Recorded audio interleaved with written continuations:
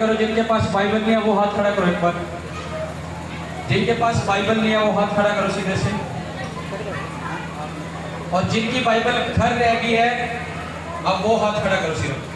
जिनकी घर रह गई है अपने बाइबल साथ लेकर आया करो।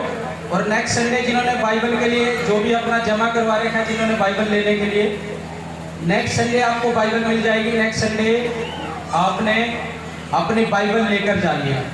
हमने बाइबल का ऑर्डर दे रखा है, अगले संडे वो बाइबल आ जाएगी हमारे पास। तो आप अपनी बाइबल जरूर लेकर जाए क्योंकि परमेश्वर का वचन हमारे लिए जरूरी है। आमीन। अपनी बाइबल को उठाए और प्रार्थना करें इस वचन के लिए, आंखें बंद करके और चिल्लाकर प्रार्थना करनी शुरू करें। ऊंची आवाज के साथ आंखें बंद करके।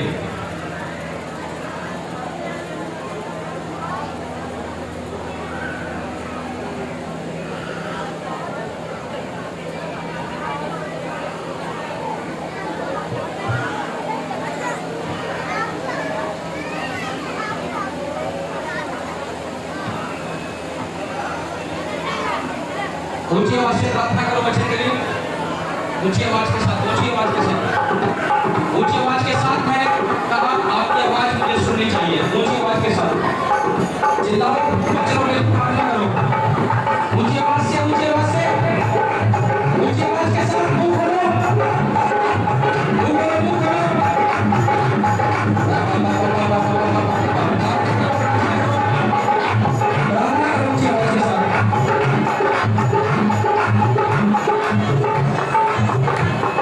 ऊंची आवाज के साथ करो।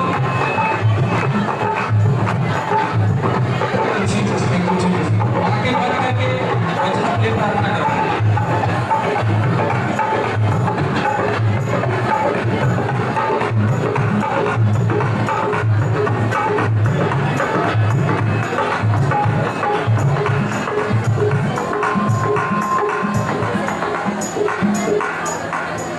ऊंची आवाज के साथ प्रार्थना।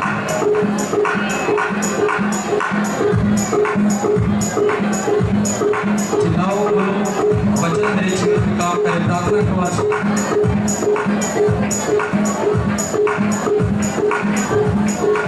अपनी बाइबल को सीधे हाथ उठाकर, सीधे उठाकर ऊंची आवाज से चीखो, प्रार्थना करो। बोलो, आज का वचन मेरे जीवन में काम करे। इस वचन के द्वारा मेरी लाइफ सेम ना रहने पाए।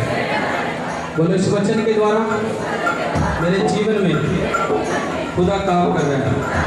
मैं विश्वास करता हूँ इस वचन के द्वारा मेरा जीवन बदलने के लिए जा रहा है और मैं सेम नहीं रहूँगा।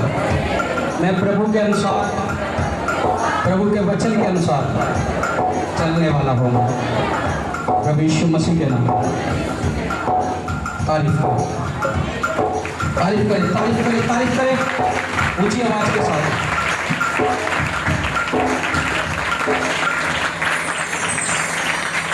आमीन, हालेलुया। तो बच्चों को बड़े ध्यान से सुनना है। बीच में किसी ने खड़ा नहीं होना, बच्चे को नहीं खड़ा करना है। बिल्कुल बैठ जाए। बिल्कुल जो भी समय वचन का है, वचन के समय पूरे ध्यान से आप सुने। मैं बता रहा हूँ बहुत से काम, बहुत से चकाई छुटकारे जो है वचन के द्वारा भी परमेश्वर कर देता है। क्योंकि परमेश्वर जो है हर तरह से काम करना जानता है। अब कुछ छुटकारे वचन के द्वारा होते हैं और कुछ छुटकारे आराधना के द्वारा हो जाते हैं। आपको पता नहीं लगता, जब हम आराधना करते हैं बहुत से बंधन टूट जाते हैं और हमें घर जाकर पता चलता है कि ये मेरे जीवन में काम हो गया, ये मेरे जीवन में काम पूरा हो गया। कब? क्योंकि आपने आराधना जो की है उसके द्वारा प्रभु ने बंधन तोड़ दिए।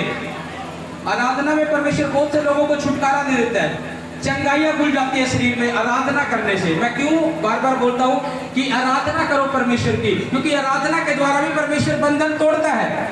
एक गीत हम गाते हैं ना, आराधना में है छुटकारा। क्यों गाते हैं? क्योंकि आराधना में भी छुटकारा मिलता है। Hallelujah, hallelujah. आज मैं बता रहा हूँ परमेश्वर ने जो हमें चुना है वो वैसे ही नहीं चुना है, एक प्लानिंग से, एक योजना से चुना हुआ है। हम एक प्लानिंग, एक योजना से चुने हुए हैं। हम ऐसे नहीं परमेश्वर में बने हुए हैं। एक वचन पढ़ो सबसे पहले यूहन्ना की किताब में से, उसका 14 अध्याय, सॉरी उसका 15 अध्याय, उसका 16। उसमें लिखा है, तुमने मुझे नहीं चुना परंतु मैंने तुम्हें चुना है और नियुक्त किया है कि तुम जाकर फल लाओ और तुम्हारा फल बना रहे, कि तुम मेरे नाम से जो कुछ पिता से मांगोगे तुम्हें दे। हालेलुया। यानी बाइबल में लिखा कह रहा है कि परमेश्वर ने कहा कि तुमने मुझे नहीं चुना है, यानी आज आप आए नहीं हो, लाए गए हो, क्योंकि मेरा प्रभु यीशु मसीह आपको लेकर आया है। मैंने कहा मेरा प्रभु यीशु मसीह आपको लेकर आया है। आमीन। कितने लोग बिलीव करते हैं इस बात पर? आप आज आए नहीं हो, परमेश्वर आपको लेकर आया, क्योंकि परमेश्वर आपके जीवन में कुछ तो करना चाहता है। आमीन। आप ऐसे नहीं आए। जिस विश्वासी का ये विश्वास होता है कि जब परमेश्वर के भवन में वो आता है, जब वो बैठता है परमेश्वर की महिमा के लिए, उसके मन में ये बात तो आनी चाहिए कि परमेश्वर आज मैं आया नहीं, तू लेकर आया है मुझे। आमीन। और जब परमेश्वर लेकर आया, आज कुछ तो होगा। आमीन। कुछ तो परमेश्वर हमारी लाइफ में चेंज करेगा। हालेलुया। हालेलुया। क्योंकि परमेश्वर जो भी काम करता है वो एक प्लानिंग से करता है। आप ऐसे ही नहीं चुनेंगे। हमने पढ़ा कि तुमने मुझे नहीं चुना, मैंने तुम्हें चुना है। यार मैंने तुम्हें चुना है और नियुक्त किया है कि तुम जाकर फल लाओ और तुम्हारा फल बना रहे। यानी परमेश्वर ने इसलिए चुना हम कि हम फल लेकर आए। वो फल क्या है? वो फल यही है जो परमेश्वर ने हमें बातें बोली अपने वचन को काम को पूरा करने के लिए। वो फल जो परमेश्वर ने हमें बोला निरंतर प्रार्थना में रहना, प्रार्थना में रहना। वो फल जो परमेश्वर ने क्या व्यवस्था की, पुस्तक तेरे चित्त से कभी ना उतरने पाए, इसी में दिन रात ध्यान धरे रहना। उसी व्यवस्था की पुस्तक उस परमेश्वर के वचन में ध्यान धरे रहना, ये फल है हमारे। जब प्रभु ने कहा उपवास करो, कि ये जाति बिना उपवास और प्रार्थना से नहीं जाती, यानी परमेश्वर ने सब बातें हमें अपने वचन में बताई है। ये वो फल है जो परमेश्वर हमें बोलता है कि हम लेकर आए। हम कितने फल लेकर आ रहे हैं? क्या हम प्रार्थना कर रहे हैं? क्या प्रार्थना का फल हमारे जीवन में है? क्या उसके वचनों के पढ़ने का, उस पर चलने का फल हमारे जीवन में है? क्या हम सप्ताह में उपवास रखते हैं? क्या ये फल हमारे जीवन में है? आज इन बातों से हमें अपने जीवन को जांचने की जरूरत है। परमेश्वर को जान लेना, परमेश्वर ने चुन लिया, इतना काफी नहीं है। परमेश्वर ने एक बार आपके और मेरे लिए क्रूस पर बलिदान दे दिया और उसने कहा कि जो कोई मुझ पर विश्वास करेगा वो नाश नहीं होएगा, अनंत जीवन को पाएगा। यानी अनंत जीवन को एक बार बलिदान दिया। अगर आप आज भी बार बार वो पाप कर रहे हो, बार बार उस पाप में पड़े हुए हो, तो प्रभु दोबारा आपके लिए क्रूस पर नहीं चढ़ने वाला। अगर आप आज भी पाप कर रहे हो, आपका जीवन पवित्रता वाला नहीं है, तो याद रखना आप बार बार प्रभु यीशु मसीह को क्रूस पर चढ़ा रहे हो। और क्रूस की मृत्यु जो थी, उसका दर्द इतना था, ऐसा दर्द होता था, बहुत से लोगों के जो क्रूस की मृत्यु जो सहते थे, उनका दिल फटने से मौत हो जाती थी। इतनी भयानक दर्द होता था जब क्रूस पर लटकाया जाता था। दिल फटने से मृत्यु हो जाती थी। और प्रभु यीशु मसीह ने उस क्रूस की मृत्यु को भी आपके और मेरे लिए सहा। क्यों सहा? ताकि हम पाप से छुड़ाए जाए। आज हमारा जीवन क्या है? प्रभु ने तो हमें कहा कि मैंने तुम्हें चुना, तुम जाकर फल लेकर आओ। प्रभु ने कहा मेरा फल यही है कि तुम प्रार्थना करो, उपवास करो, विश्राम दिन को बनाओ, उसकी संगति में बने रहो। क्या ये फल हमारे जीवन में है? या कितने फल हम इस चीज को उठा रहे हैं? प्रार्थनाएं करना बड़ी बात नहीं है, प्रार्थनाएं करते रहना बड़ी बात है। विश्वास में आना बड़ी बात नहीं है, विश्वास में बने रहना बड़ी बात है। हम बोलते हैं कि हम प्रार्थनाएं करते हैं। हो सकता है आप जोश जोश में थोड़े समय वचन सुनकर आप एक दिन, 2 दिन, 3 दिन प्रार्थना सही से करोगे, लेकिन चौथे दिन हो सकता है कि आपकी प्रार्थना डाउन में चली जाए। प्रार्थना करना बड़ी बात नहीं है, प्रार्थना करते रहना बड़ी बात है हमारे लिए। Hallelujah, hallelujah. पौलुस जब प्रभु यीशु मसीह के साथ उसका एनकाउंटर हुआ, जब पौलुस का एनकाउंटर हुआ, पौलुस ने जब यीशु मसीह के साथ उसका वार्तालाप हुआ, जब यीशु मसीह के साथ उसका वार्तालाप हुआ और परमेश्वर ने उसके जीवन को बदल दिया, परमेश्वर ने उसके जीवन को बदल दिया। और पौलुस का काम क्या था? अगर पौलुस ने ये जिम्मा उठाया कि मैंने प्रार्थना करनी है, तो उसने प्रार्थना करता ही रहा। जब उसने ये बोला बोला कि मैंने प्रभु यीशु मसीह के सुसमाचार को फैलाना है, बाइबल बताती है सुसमाचार को फैलाता ही चला गया और सबसे ज्यादा कलीसिया स्थापित करने वाला ही बाइबल में पौलुस रहा। यानी उसने वो बोझ उठाया जब प्रभु ने उसको कहा, वो बोझ को उठाता है। यानी एक विश्वासी वचन सुनने के बाद कितना प्रभु के बोझ को उठा रहा है। यानी प्रार्थना करनी बड़ी बात नहीं है, उसको करते रहना बड़ी बात है। उपवास करना बड़ी बात नहीं है, उसको करते रहना बड़ी बात है, उसको कंटिन्यू। आज हमारा विश्वास प्रभु में कैसा है? विश्वास वो फल तब बनता है हमारे जीवन में, मान लो आप परमेश्वर में जुड़े हुए हो, आप परमेश्वर में चल रहे हो, आपने प्रभु को अपना जीवन दे दिया है, आपने प्रभु से हो सकता है सालों साल कोई आशीष मांग रहे हो, नहीं मिल रही है और फिर भी आप भवन में बन रहे हो, तो आप वो व्यक्ति हो जो प्रभु के लिए फल लेकर आओ। आमीन। क्योंकि आप दुख में भी जो आप प्रार्थना कर रहे हो आपका उत्तर नहीं आ रहा है, आप चंगाई मांग रहे हो, चंगाई नहीं मिल रही अभी तक, आप छुटकारा मांग रहे हो, छुटकारा नहीं मिल रहा अभी तक, लेकिन उसके बाद भी आप रेगुलर संडे चर्च आ रहे हो, उसके विश्राम दिन को बना रहे हो, तो आप वो व्यक्ति हो जो फल लेकर आ रहे हो प्रभु के लिए। Hallelujah, hallelujah. क्योंकि एक अच्छा और सच्चा विश्वासी वही है जो दुख में भी, ऐसा नहीं है काम के लिए प्रार्थना कराई जी, काम लग गया जी मेरा, चलो जी चर्च चल रहे हैं, ऐसा विश्वासी नहीं। काम के लिए प्रार्थना कराई, हो सकता है काम अभी नहीं हो रहा है, देर हो रही है, देरी चल रही है काम में, नहीं हो रहा है काम, अभी तक नहीं बन रहा है, लेकिन वो व्यक्ति फिर भी संडे को चर्च आ रहा है, वो फल लेकर आता है और परमेश्वर उसके जीवन में काम करता है।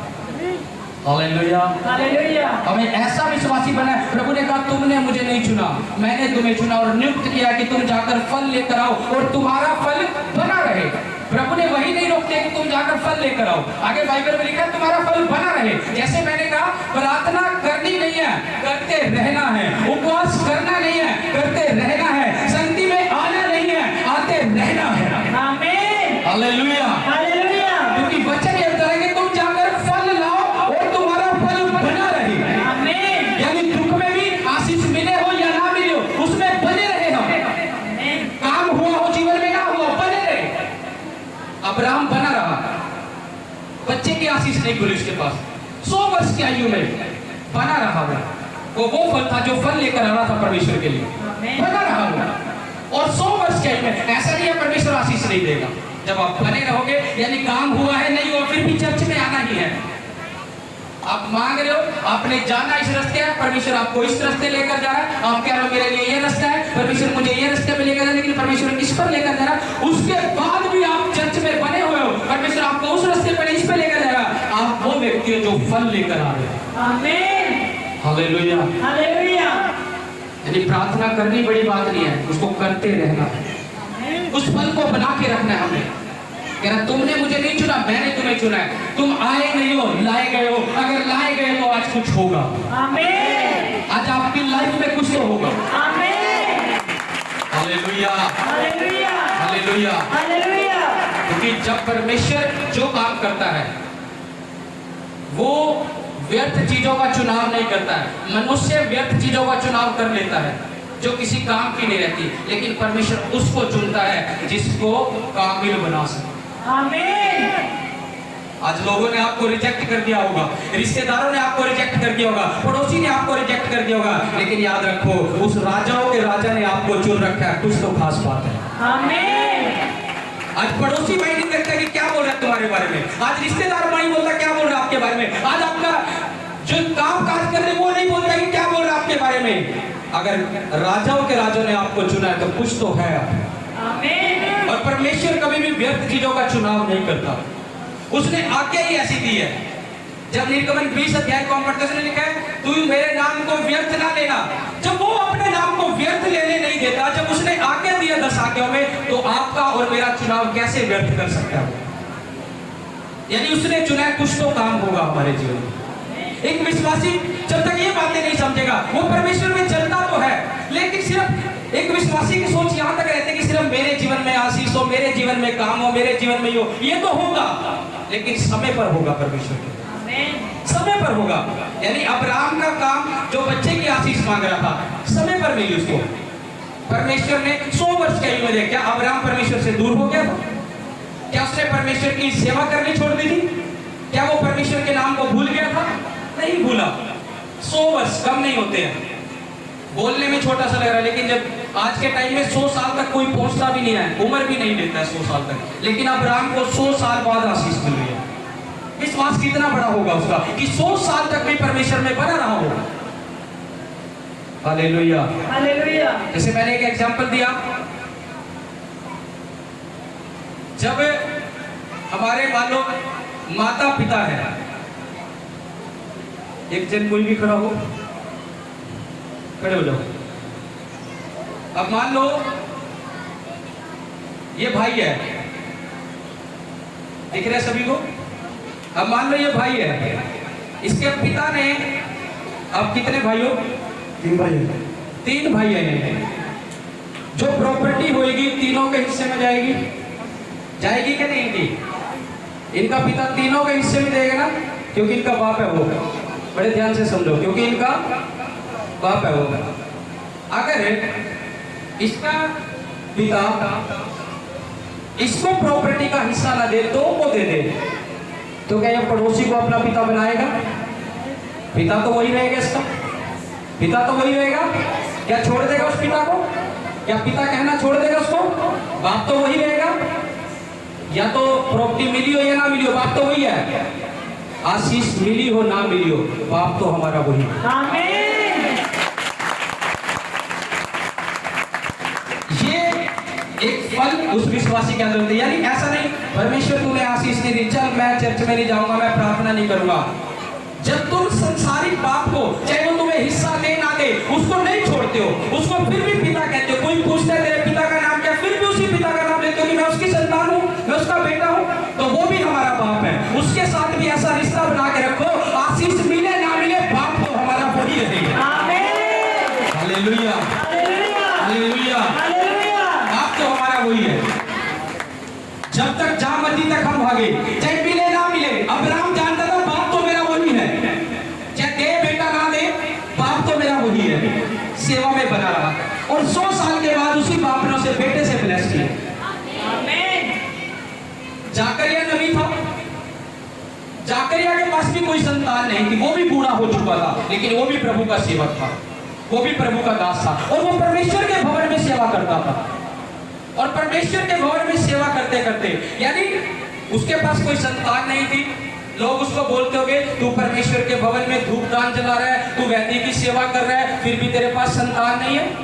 लोगों ने उसको टॉर्चर किया होगा ऐसे, लेकिन जाकरिया नबी ने लोगों की नहीं सुनी कि लोग मुझे क्या कह रहे हैं। आज आपको भी लोग बोलते होंगे इतने टाइम से चर्च में जा रहा हो, क्या मिल गया तुम्हें? इतने टाइम से चर्च में चलते होगे, तुम्हारे जीवन में ऐसा नहीं हुआ अभी तक। आज लोग ऐसे टॉर्चर करते होंगे। जाकरिया नबी को भी ऐसे किया होगा, अब्राहम को भी ऐसे किया होगा कि क्या तू उस परमेश्वर की सेवा कर रहा है, अब तक तेरे जीवन में बेटे की आशीष नहीं है। जाकरिया को भी बोलोगा क्या तू परमेश्वर की सेवा कर रहा है, अब तक तेरे जीवन में और तेरी पत्नी की कोख नहीं खुली है, तू क्या उस परमेश्वर की सेवा कर रहा है? उसको टॉर्चर किया होगा, लेकिन जाकरिया नबी जानता था बाप तो मेरा वही है। दे या ना दे, बाप तो मेरा वही है। जाकरिया नबी सेवा करते करते, और जब एक दिन वो परमेश्वर के भवन में सेवा कर रहा था, परमेश्वर का दूत जाकरिया नबी के पास आया और जाकरिया नबी को बोला, कह रहा हे जाकरिया भयभीत ना हो, तेरी प्रार्थना सुन ली गई है। यानी कि जाकरिया नबी, उसके पास संतान नहीं है, ऐसा नहीं उसने एक बार मांगा और छोड़ दिया मांगना, वो मांगता तो रहा होगा परमेश्वर से। आज विश्वासी क्या करता है, 1 महीना 10 दिन 15 दिन एक विषय के लिए प्रार्थना रख लेगा, 1 महीना रख लेगा, 1 महीना भी ज्यादा बता दिया मैंने, 15 दिन के बाद ही, हफ्ते के बाद ये सोचता है छोड़ो ना, क्या प्रार्थना करनी, अब तक उत्तर तो आ ही नहीं रहा। अब्राहम ने 100 साल तक प्रार्थना की, 100 साल तक। उसने ऐसा नहीं किया कि प्रार्थना का उत्तर नहीं आ रहा, मैंने मांगना भी नहीं है। परमेश्वर ने कहा जब तक परमेश्वर मिल ना जाए तब तक उसको खोजते रहो। जब तक आशीष ना मिले तब तक मांगते रहो। बाप तो हमारा वही है, वही देगा जब तक मिल ना जाए। जाकरिया नबी को बोला स्वर्गदूत ने, हे जाकरिया भयभीत ना हो, तेरी प्रार्थना सुन ली है। क्यों बोला? यानी वो प्रार्थना तो करता रहता होगा। मैंने बोला प्रार्थना करनी बड़ी बात नहीं है, करते रहना बड़ी बात। आमीन। जाकरिया नबी प्रार्थना करता तो रहता होगा, तभी दूत उसके पास आया, कह रहा हे जाकरिया भयभीत ना हो, तेरी प्रार्थना सुन ली है। उसको बोल रहे डर मत जाकरिया, तेरी प्रार्थना सुन ली है। कह रहा तेरी पत्नी इलिशिबा जो बांझ है वो पुत्र को जनेगी, आमीन। और बोला उसका नाम यूहन्ना रखना। नाम भी देकर जा रहा है स्वर्गदूत। बेबी अभी आया नहीं है, नाम तक परमेश्वर रजिस्टर कर देता पहले। स्वर्गदूत बोल के गया तब तक बेबी गर्भ में आया नहीं है इलिशिबा के। परमेश्वर कह रहा नाम रख ले, कह रहा यूहन्ना है उसका नाम। आमीन। आज तुम क्या सोचते हो परमेश्वर को? परमेश्वर यूं काम कर सकता है, उसके लिए कुछ भी बड़ा नहीं है।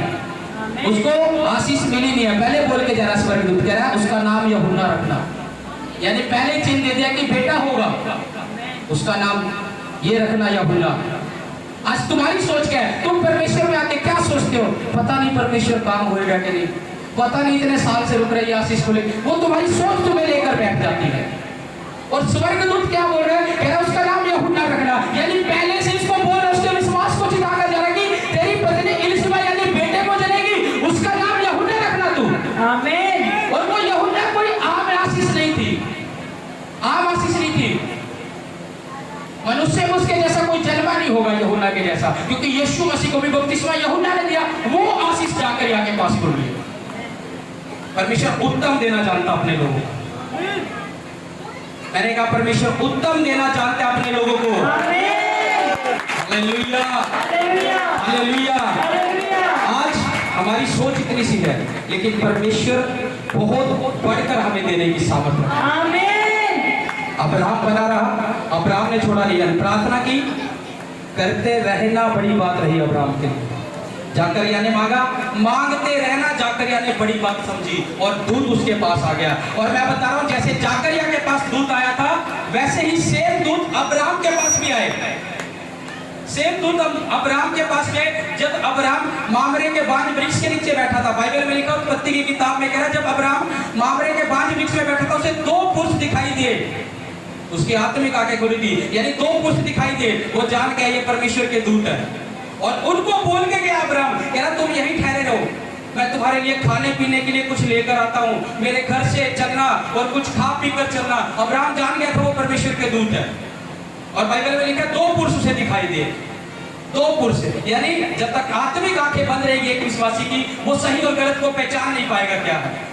वो चलता तो रहेगा, लेकिन हो सकता है बार बार मार खाएगा, झुकेगा, मार खाएगा, झुकेगा।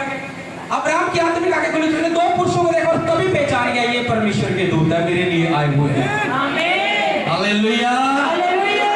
और उस मामले के बांज वृक्ष में उन दूतों को बोल रहे, कह रहे तुम यहीं ठहरो, मैं अभी तुम्हारे लिए खाना लेकर आता हूँ, मैं तुम्हें अभी खाने के लिए कुछ लेकर आता हूँ। उसने लिखा कि उसने एक पला हुआ बछड़ा कटवाया और उसके लिए भोजन बनाया और उन दूतों को खिलाया, उनके पांव धुलाए, और वो दूत उनको आशीष देकर गए। जानते हो क्या क्या करके? कह रहे तेरी पत्नी सारा ठीक बसंत ऋतु में पुत्र को जनेगी। आमीन। ये आशीष दूतों ने दी। जाकरिया को आशीष किसने दी बोलो?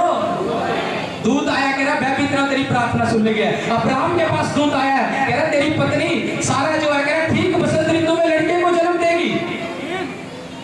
मरियम के पास दूत आया, नाम देकर जा रहा है, कह रहा है तू गर्भवती होगी और पुत्र को जनेगी, उसका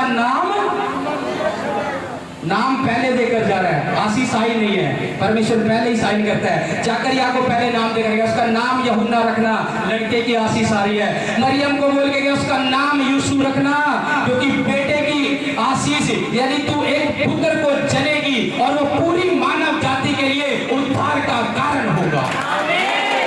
हालेलुया। यानी जब परमेश्वर काम करता है ऐसे नहीं चुनता। मैं बोल रहा हूँ आप ऐसे नहीं चुनेंगे हो, आप ऐसे नहीं परमेश्वर में आए हो, कुछ तो होगा आपकी लाइफ में। आज इस विश्वास को बड़ा रखो, यदि कुछ तो होगा परमेश्वर ने जो हमारे लिए रखा है। हम ऐसे नहीं चुन लिए। बहुत सारी दुनिया जो अभी तक प्रभु को नहीं जानती है, लेकिन आपको चुना है, मुझे चुना है, यानी कुछ तो योजना है परमेश्वर। आमीन। Hallelujah, hallelujah. यानी अपने दुखों में भी स्थिर खड़े रहो परमेश्वर में, बने रहो परमेश्वर में। ये ना देखो कि प्रार्थना नहीं अभी तक सुनेगी, मेरे जीवन में इतने टाइम से काम नहीं हुआ, मैं ऐसे फ्लो में जाते जा रहा हूँ, मैं ऐसे फ्लो में जाते जा रहा हूँ। अब्राहम को सोचना 100 साल के बाद आशीष दी, और इस वचन को हमेशा याद रखना कि बाप तो वही है, चाहे हिस्सा दे चाहे ना दे। आमीन। हालेलुया। हालेलुया। जब इस विश्वास विश्वास से बने रहेंगे, अब्राहम की तरह आशीषित होंगे यीशु मसीह के नाम। आमीन। आज लोग अब्राहम की आशीष चाहते हैं, लेकिन अब्राहम की तरह चलना नहीं चाहते हैं। यूसुफ की तरह आशीष चाहते हैं, यूसुफ की तरह चलना नहीं चाहते हैं। चलना पड़ेगा अब्राहम की तरह, बने रहना पड़ेगा, तब वो ब्लेसिंग खुलेगी। अब्राहम आशीषित रहा, जिस जगह अब्राहम पाँव धर देता था वो जगह फलवंत हो जाती थी। आमीन। आप परमेश्वर में हो, आपको लग रहा होगा कि आपका बिजनेस मरा हुआ है, कि शायद कोई हल नहीं है कि हम उठा पाएंगे। परमेश्वर को हल ढूंढने की जरूरत नहीं है कि वो तुम्हें हल निकालेगा और उठाएगा, वो यूं आपको उठा सकता है। आमीन। जिन बहनों के पास बच्चे क्या बोलते हैं कि गर्भ में ट्यूब नहीं है, कैसे बच्चे को जनेंगे? ट्यूब जरूरत नहीं है, परमेश्वर बिना ट्यूब के भी काम करना चाहता है। आमीन। जो परमेश्वर इतने बड़े काम करने की सामर्थ्य, हम मनुष्य हैं, हमारी सोच ऐसी हो सकती है कि हम अपनी समझ का सहारा लेकर सोचते हैं कि ऐसा करेंगे तो ऐसा ठीक रहेगा, वैसा करेंगे तो ऐसा ठीक रहेगा, लेकिन परमेश्वर जो करता है वो अद्भुत करता है। आमीन। हालेलुया। हालेलुया। मूसा को परमेश्वर ने चुना। मूसा को ऐसे नहीं चुना था, बचपन से ही माता के गर्भ से ही मूसा की प्लानिंग थी। एक वचन पढ़ो निर्गमन की किताब में से, उसका 1 अध्याय, निर्गमन 1 अध्याय, निर्गमन उसका 1 अध्याय, उसका 22 वचन पढ़ो। इसमें लिखा है कि तब फिरौन ने अपनी सारी प्रजा के लोगों को आज्ञा दी, इब्रियों के जितने बेटे उत्पन्न हो उन सबों को तुम नील नदी में डाल देना और सब बटोइयों को जीवित रहने देना। हालेलुया। हालेलुया। यानी जो इब्री के जो बच्चे थे, यानी मिस्र में जो गुलाम पड़े थे, इब्री लोग यानी इस्राएली लोग जो गुलाम पड़े थे, बाइबल में लिखा है, जब हम पहले अध्याय को पूरा पढ़ते हैं उसमें आप घर जाके पढ़ना, इसमें लिखा है जब फिरौन ने देखा, मिस्र के राजा ने देखा कि इनके बच्चे बहुत ज्यादा बढ़ चुके हैं, यानी बेटों की आशीष इनके ऊपर बहुत ज्यादा खुल रही है, इन्होंने देखा ये जाति बहुत ज्यादा बढ़ती जा रही है, कहीं ऐसा ना हो आने वाले दिनों पर हमारे ऊपर ही खतरा बन जाए। यानी मिस्र के राजा ने, यानी जो मिस्र का राजा था, उसने सोचा कि ये जो परमेश्वर के लोग हैं इतने फलवंत होने लगे, इनके इतने बच्चे, इनके बेटे होने लगे, कहीं ऐसा ना हो आने वाले दिनों में ये हम पर ही हैवी ना हो जाए, हम पर ही कब्जा ना कर ले। और राजा ने एक आज्ञा निकाली, कह रहा जितने भी इब्री में लड़के पैदा हुए, कह रहा उनको मार डालो, नील नदी में फेंक दो, और जो लड़कियां हो उनको रख लो।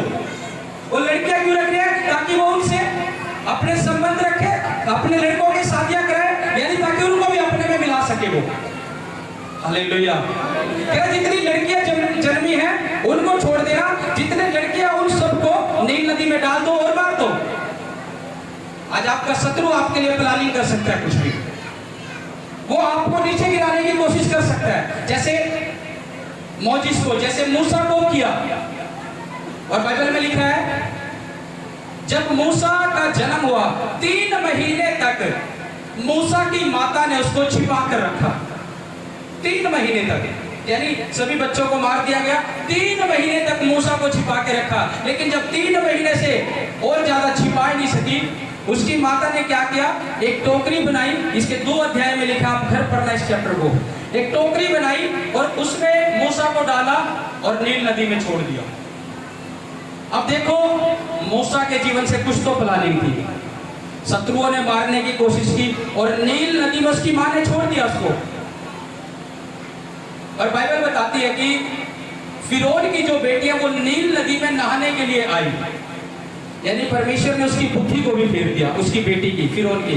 फिरौन जो है राजा था मिस्र का, और मैं बता रहा हूं नील नदी में जो थे, जो मिस्र के जो राजा की बेटी थी, उनके अंदर ही एक तालाब होता था जिसे बोलते हैं स्विमिंग पूल, वो उसमें नहाती थी। लेकिन उस दिन परमेश्वर ने उसकी बेटी के माइंड को भी फेर दिया, और वो कहाँ जा रही है नहाने के लिए?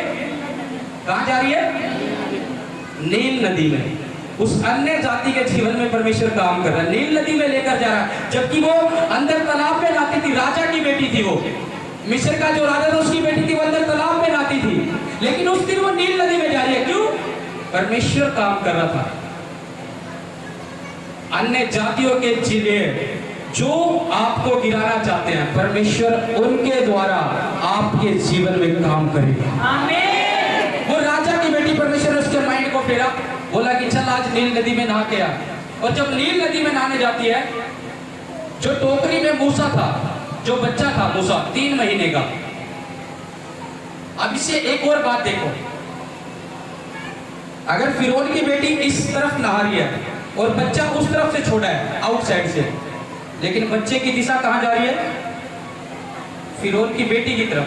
पानी उधर नहीं लेकर जा रहा उसको, सीधे ठिकाने पे कहां लेकर जा रहा? जहां फिरौन की बेटी है। यानी पानी भी जो है उस परमेश्वर की आज्ञा को मानते हैं। उस पानी ने भी आज्ञा मानी कि ये मोजिस है, उसको उस किनारे लगाया फिरौन की बेटी के पास। आज मायने नहीं रखता आप किस प्रॉब्लम में हो, जब परमेश्वर आज्ञा देगा हर एक पहाड़ हटेगा यीशु मसीह के नाम में। हालेलुया। आज आपके पहाड़ हटेंगे यीशु मसीह के नाम में। आज परमेश्वर जैसे मूसा के जीवन में काम किया, अब्राहम के जीवन में काम किया, जकरिया के जीवन में काम किया, आज आपके जीवन में भी ब्लेसिंग यीशु मसीह के नाम में खुल गया यीशु मसीह के नाम में। जितने लोग आमीन के साथ रिसीव कर रहे हो इस ब्लेसिंग को पा रहे यीशु मसीह के नाम में। जितने लोग हाथों को हिलाते इस ब्लेसिंग को रिसीव कर रहे हो पा रहे यीशु मसीह के नाम में। जितने लोग हालेलुया बोलते रिसीव कर रहे हो ब्लेसिंग को पा रहे यीशु मसीह के नाम में। आज वो अब्राहम की आशीष आपके जीवन में खुल रही है। आज वो मूसा की आशीष आपके जीवन में खुल रही है यीशु मसीह के नाम में। आज आप चैन नहीं जाने वाले हो। आज परमेश्वर आपके जीवन में काम करेगा। Hallelujah, hallelujah. आज अन्य जाति लोगों को खड़ा करेगा आपके फेवर में परमेश्वर यीशु मसीह के नाम में। अन्य जाति लोग आपके फेवर में खड़े होकर आपके कामों को पूरा करेंगे यीशु मसीह के नाम में। हालेलुया, क्योंकि परमेश्वर जब काम करता है वो अद्भुत करता है। उसे कोई हल ढूंढने की जरूरत नहीं कि ऐसा करेंगे तो वैसा करेंगे, वो सब भर में काम करता है। Hallelujah, hallelujah. मूसा जब फिरौन की बेटी के पास गया, बाइबल में लिखा है जब उसकी पास एक इब्री औरत आई और उसने बोला कि मैं गुलामों में से इस बच्चे के लिए देखभाल के लिए एक गुलाम को लेकर आऊं, वो इस गुलामी में इस बच्चे को देखेगी भी, इसकी देखभाल करेगी छोटे बच्चे की। यानी परमेश्वर ने काम किया, उसने ये ठीक है बुला रहा, और वो फिरौन की बेटी के पास मूसा की माता को ही ले आई। यानी मूसा की माता ही उस बच्चे के पास आ रही है, वो उसको दूध पिला रही है, वो उसको देखभाल कर रही है। यानी परमेश्वर ने कैसे बचाया मूसा को? देखो क्या प्लानिंग रही होगी परमेश्वर की। नील नदी में छोड़ दिया, फिरौन की बेटी के पास भेजा, फिर बोला कि इब्री में से किसी औरत को लेकर आओ ताकि इस बच्चे को जो देखभाल कर सके, इसको दूध पिलाए, इसको संभाले जब तक बड़ा ना हो। और मूसा की माता को वो लेकर आई और मूसा की माता ने उसको रखा, और रखने के साथ साथ जानते क्या किया? उसको सैलरी भी मिली है। बच्चा तो रखा, यानी अपना ही बेटा गुलामी में, और राजा की बेटी ने उसको सैलरी भी दी है। अन्य जाति के लिए, आपके लिए काम कर रहा है परमेश्वर यीशु मसीह के नाम में। जो मूसा की माता के लिए काम किया, उसी के बेटे को वो रख लिया, अपने बेटे को संभाल लिया, और परमेश्वर उसे सैलरी भी दिला रहा है, इसको सैलरी भी दे।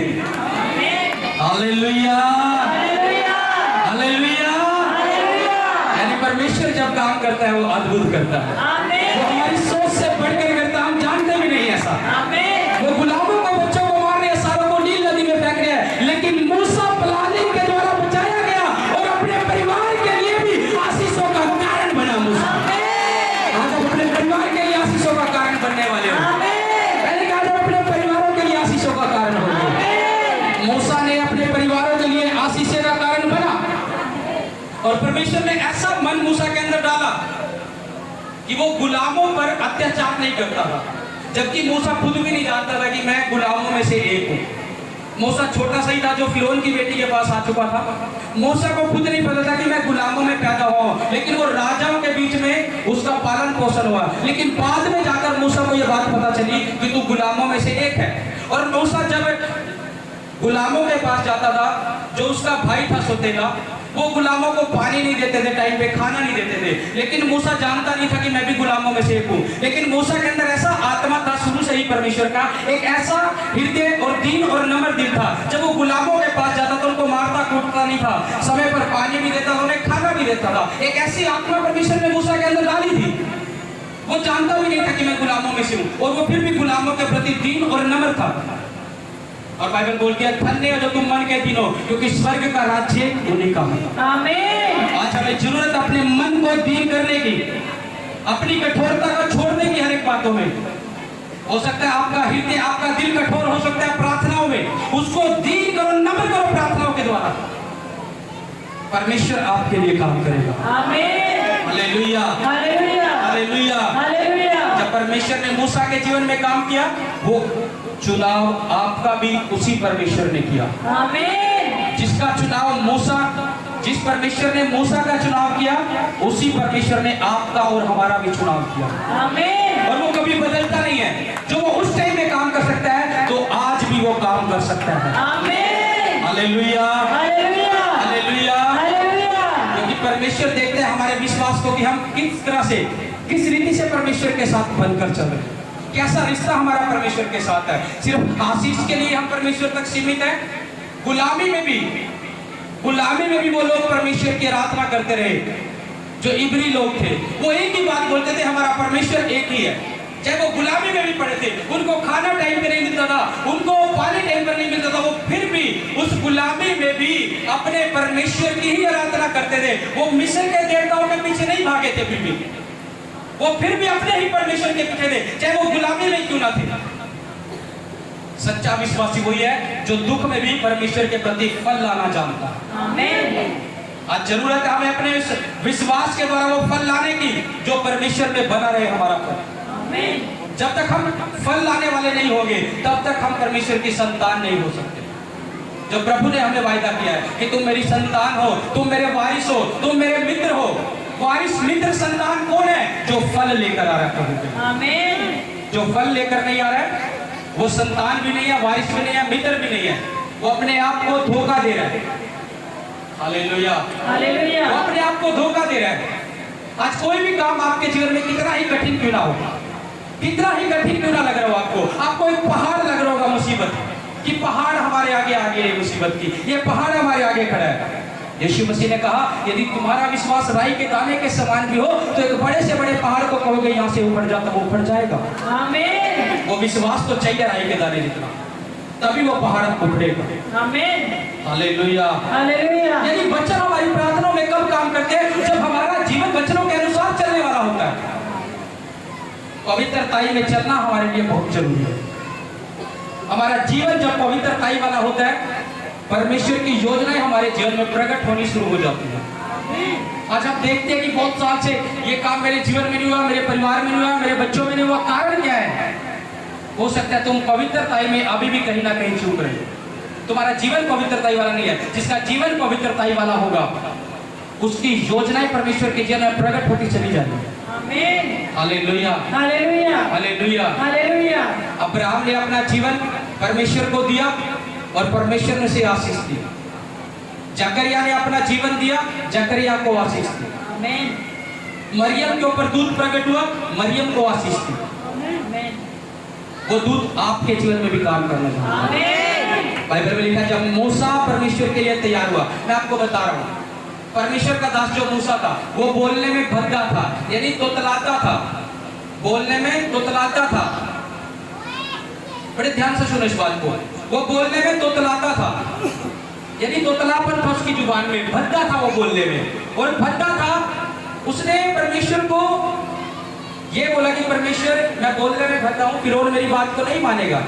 परमेश्वर ने उसके भाई हारून को खड़ा कर दिया, कह रहा ठीक है, हारून तेरे लिए काम करेगा। क्या परमेश्वर उसकी जुबान को नहीं खोल सकता था? जिस परमेश्वर ने मिस्र में विपत्तियां डाली, ऐसी विपत्तियां, टिड्डियों का आक्रमण, पूरे मिस्र में अंधकार रहना, और सिर्फ परमेश्वर के लोगों के घरों में लाइट और ज्योति थी, पूरे मिस्र के घरों में अंधेर था, पूरी नील नदी को लहू कर दिया। क्या वो परमेश्वर मूसा की जुबान को ठीक नहीं कर सकता था? जब मूसा ने ये बात बोली कि परमेश्वर मैं बोलने में भद्दा हूं, क्या परमेश्वर उसकी आवाज को ठीक नहीं कर सकता था? यानी कुछ तो रखा उसकी लाइफ में। क्या मूसा ने परमेश्वर की सेवा छोड़ दी? परमेश्वर तूने मुझे चंगा नहीं किया, मैं तेरी सेवा नहीं करूंगा, मैं तेरे कामों में नहीं जाऊंगा। वो भद्दा का भद्दा रहा, तोतला ही रहा वो, जिसने बड़े बड़े काम किए परमेश्वर के, जिसने परमेश्वर ने उसकी प्रार्थना के द्वारा बड़े बड़े पहाड़ों को, समुद्र को दो भाग कर दिया। क्या वो उसकी जुबान को नहीं ठीक कर सकता था? यानी परमेश्वर अगर कोई दुख अगर रखता है सालों तक, कुछ तो प्लानिंग के तहत रखता है। मूसा अगर तोतला रहा, जिसकी प्रार्थना से समुद्र 2 भाग हुआ, जिसकी प्रार्थना से चट्टान में से पानी निकला, जिसकी प्रार्थना से स्वर्ग में से मन्ना बरस गया, वो तोतला रहा। यानी परमेश्वर ने कुछ दुख अपने लोगों के बीच में रखता है। हमें समझने की जरूरत है उस परमेश्वर को कि अगर कोई दुख कई सालों से हमारी लाइफ में चलेगा, यानी कुछ प्लानिंग है, कुछ योजना है। उसकी जुबान ऐसे नहीं मूसा की। एलीसा था, एलीसा जो है वो गंजा था, वो भी नबी था, प्रोफेट था एलीसा, जिसकी मरने के बाद जिसकी हड्डी से मुर्दा जिंदा हो गया था, वो भी गंजा था। क्या अपनी प्रार्थना से उसके बालों में उसके बाल नहीं उग सकते थे? उसने परमेश्वर को नहीं बोला कि मेरे जीवन में ये काम कर, मैं गंजा हूं, मैं तोतला हूं। मूसा ने नहीं बोला मेरे जीवन में काम कर। एलीसा ने नहीं बोला मैं गंजा हूं, मेरे बाल लेकर आ प्रभु। एलीसा के प्रार्थना से मुर्दे भी जिंदे हुए हैं, लेकिन उसके जीवन में भी एक दुख रहा। पौलुस बोलता है एक कांटा मुझे चुभता है। नया नियम में पौलुस कहता है कांटा मुझे चुभ रहा। वो कांटा उसका दुख, उसकी बीमारी ही थी कुछ। यानी जरूरी नहीं है वो परमेश्वर के सेवक का कोई दुख कोई बीमारी उनके जीवन में क्यों आ रही है कि परमेश्वर के सेवकों के जीवन में दुख बीमारी नहीं आ सकती। मूसा के जीवन में तोतलापन था, ये बीमारी थी। एलीसा के सिर गंजेपन में था, ये प्रॉब्लम थी।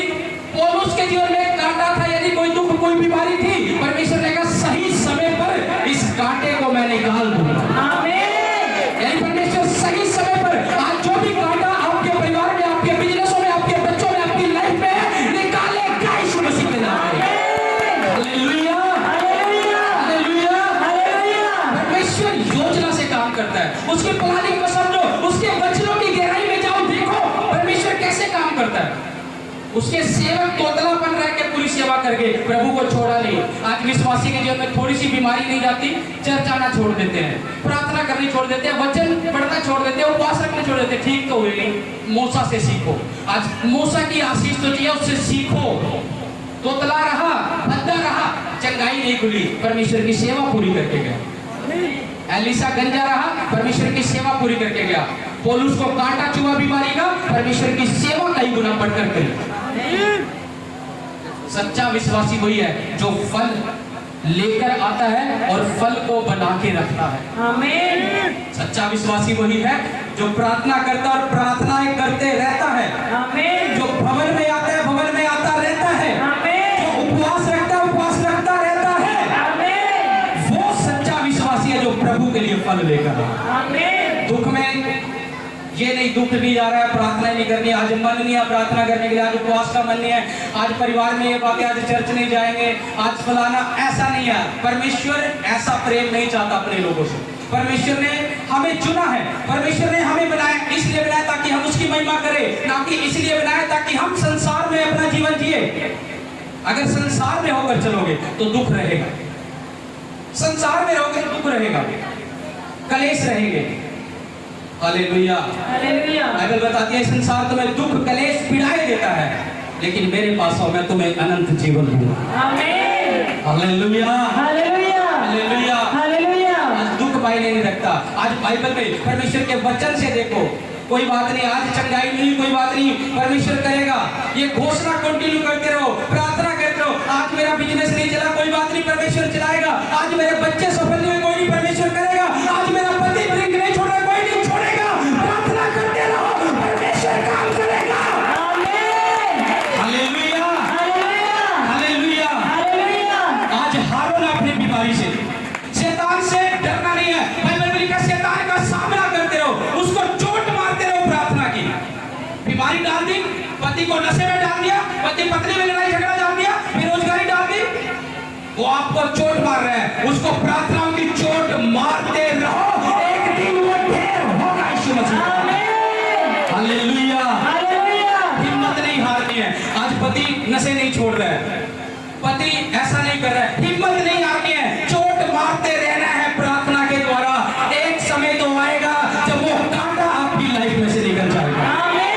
Hallelujah, hallelujah, hallelujah, hallelujah. इन बातों से हम परमेश्वर को छोड़ नहीं सकते, इन बातों से हम प्रार्थना को छोड़ नहीं सकते कि परमेश्वर इतने टाइम से प्रार्थना करूं, क्या दिया तूने। आज शैतान आपको डिस्टर्ब करने आ सकता है, आपका पड़ोसी, आपका रिश्तेदार डिस्टर्ब करने आ सकता है। इतने साल से चर्च में जा रहा है, इतने साल से कर रहा है, क्या हुआ तेरे जीवन में अभी तक? उसको बोलो पाप तो मेरा वही है, एक दिन वो उस कांटे को जरूर निकालेगा। आमीन। Hallelujah, hallelujah, hallelujah. हालेलुया।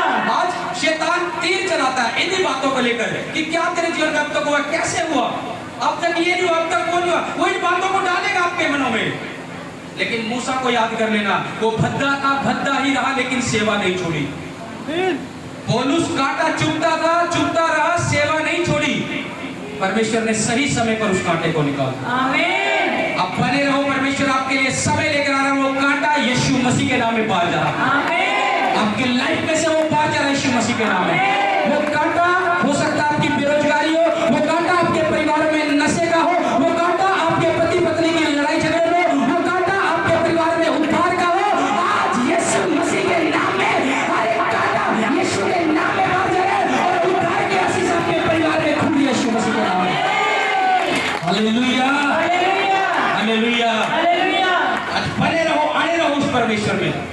पौलुस की तरह अड़े रहो, मूसा की तरह अड़े रहो, एलिसा की तरह अड़े रहो। एलिसा मर गया था, मरने के बाद भी वो सामर्थ एलिसा की हड्डियों में काम कर रही थी। जहां एलिसा को दफनाया गया, जिस जगह एलिसा को दफनाया गया, जब उसको दफनाए काफी दिन हुए, उसी जगह पर जब एक मुर्दा लेकर आए, उसी जगह पर दफनाया, एलिसा की हड्डियां वहां पर पड़ी थी।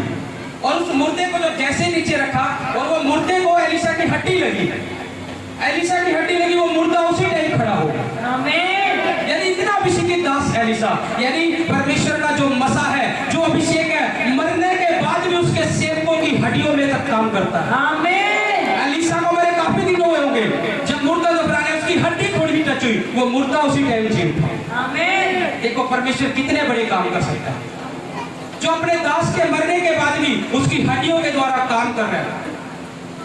एक विधवा औरत आई जिसका बेटा मर चुका था, एक ही बेटा था, कुछ समय पहले उसका पति मर गया और उसके पास एक बेटा ही उसका सहारा था नाइन नगर में, और उसका बेटा ही सहारा था।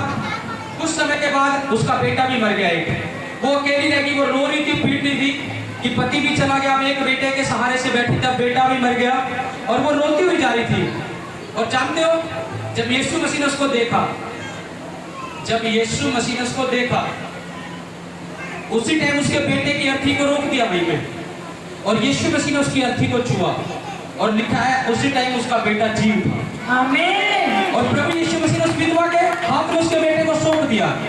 यानी परमेश्वर की सामर्थ कुछ भी कर सकती है। आमीन। आज जरूरत है उसकी सामर्थ में बने रहने की। बिजनेस कितना ही मरा क्यों ना पड़ो, पति नशे में कितना ही मरा क्यों ना पड़ो, जब परमेश्वर की सामर्थ काम करेगी वो जी उठेगा यीशु मसीह के नाम में। Hallelujah, hallelujah, hallelujah. हालेलुया। उसकी सामर्थ को लेना जरूरी है। आप ये ना सोचो आप किन कामों में मरे हुए हो, आपका बिजनेस मर रहा है, प्रार्थना में आपकी लाइफ मरी हुई है, उससे सामर्थ मांगो। जब सामर्थ आएगी वो जी उठेगी यीशु मसीह के नाम में। आमीन। Hallelujah, hallelujah, hallelujah. हालेलुया। आप आए नहीं हो, आप लाए गए। आमीन। परमेश्वर के दूत आपको लेकर आए खींचकर, आमीन। और जब परमेश्वर के दूत लेकर आए तो आज कुछ होगा आपकी लाइफ। आमीन। आज आप सेव नहीं जा रहे यीशु मसीह के नाम में।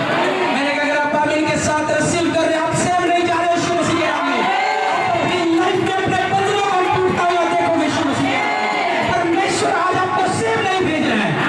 परमेश्वर की ब्लेसिंग आज आपके जीवन में जा रही है, आपके बच्चों में, आपके पति में, आपकी पत्नी में, आपके बिजनेसों में, यीशु मसीह के नाम में।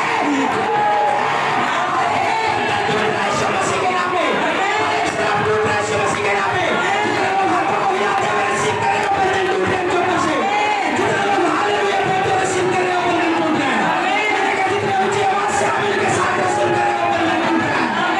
Hallelujah, hallelujah, hallelujah. आज बोलो मेरे जीवन में से हर एक बंधन टूट जाए।